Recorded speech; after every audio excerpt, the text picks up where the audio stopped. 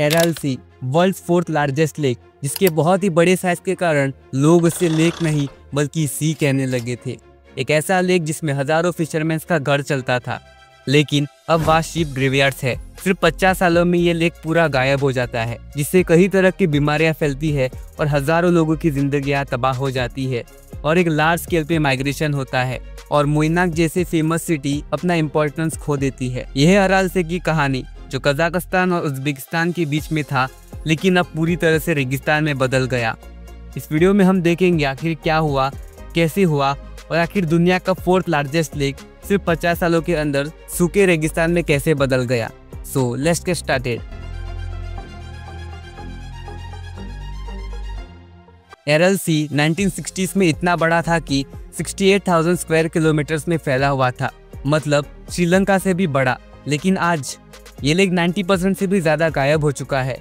अब वहाँ अरालकम नाम का एक डेजर्ट बन गया है, दुनिया का सबसे नया डेजर्ट। यहाँ फिशिंग टाउन्स हुआ करते थे, लोगों के पास नौकरियाँ थी, फिशिंग का धंधा चलता था और अब वहाँ रस्टी शिप सूखे डेजर्ट में पड़ी हुई है। वैसे ये एरल सी बना कैसे?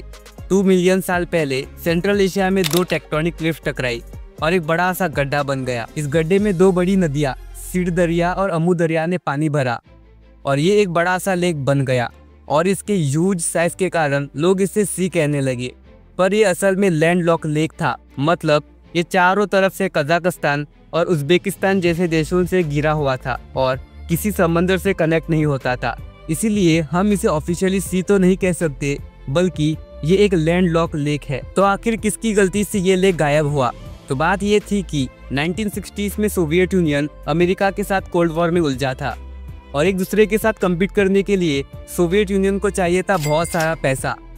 सिर्फ चंद ज़्यादा पैसे कमाने के लिए सोवियत यूनियन ने सेंट्रल एशिया में एक प्लान बनाया, जिसमें उन्होंने कॉटन कल्टीवेशन को हैवीली प्रमोट किया और वो अक्सर कॉटन को वाइट गोल्ड कहने लगे। लेकिन कॉटन कल्टीवेशन जो है उसके लिए लगता है बहुत सारा पानी, और इसी पानी के लिए सोवियत यूनियन ने एरल सी को पानी देने वाली 2 बिग रिवर्स सीड दरिया और अमू दरिया का पानी डाइवर्ट कर दिया। ये जो दोनों नदियाँ थी वो सीधा जाके एरल सी में मर्ज हो जाती, बट इसके बाद से पानी जो है वो सिर्फ कॉटन फील्ड्स में इरिगेशन में यूज होने लगा और अमू दरिया तो अब अराल सी तक पहुंचते ही नहीं, पूरा पानी उज्बेकिस्तान के खेतों ने पी लिया।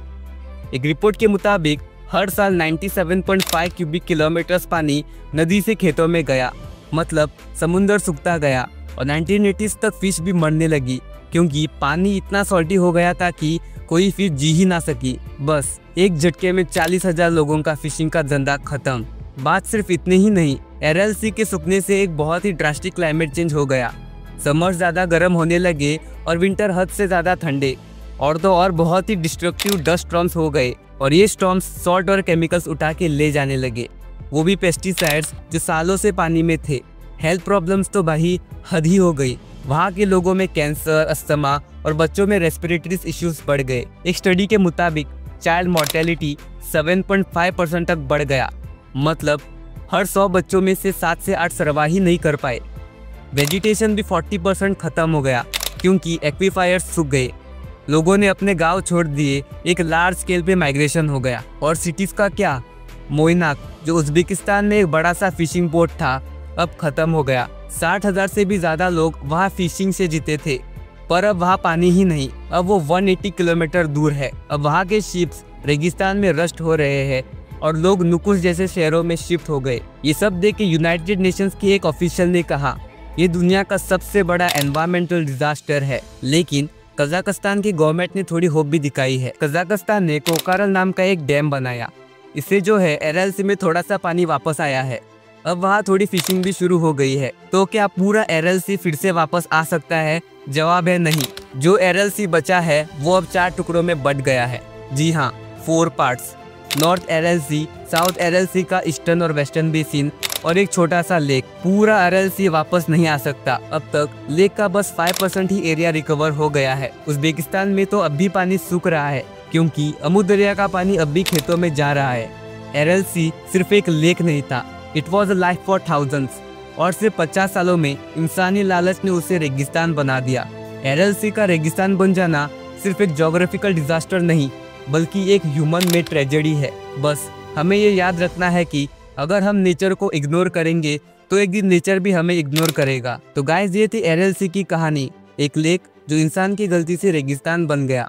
कैसा लगा ये वीडियो कमेंट करके ज़रूर बताना। और अगर ऐसे ही ज्योग्राफी और हिस्ट्री रिलेटेड वीडियोस चाहिए तो सब्सक्राइब करो माइंडशिप विद अयान को। नेक्स्ट वीडियो में एक और माइंड ब्लोइंग टॉपिक लाऊंगा। तब तक के लिए लाइक, शेयर और बेल दबाओ। मिलते हैं नेक्स्ट वीडियो में। Stay curious, bye.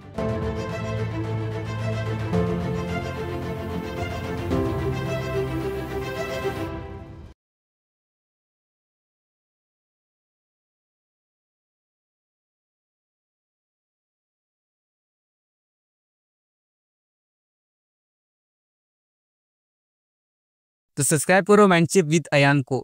Next video में एक और माइंड ब्लोइंग टॉपिक लाऊंगा। तब तक के लिए लाइक, शेयर और बेल दबाओ। मिलते हैं नेक्स्ट वीडियो में। तब तक के लिए स्टे क्यूरियस, बाय।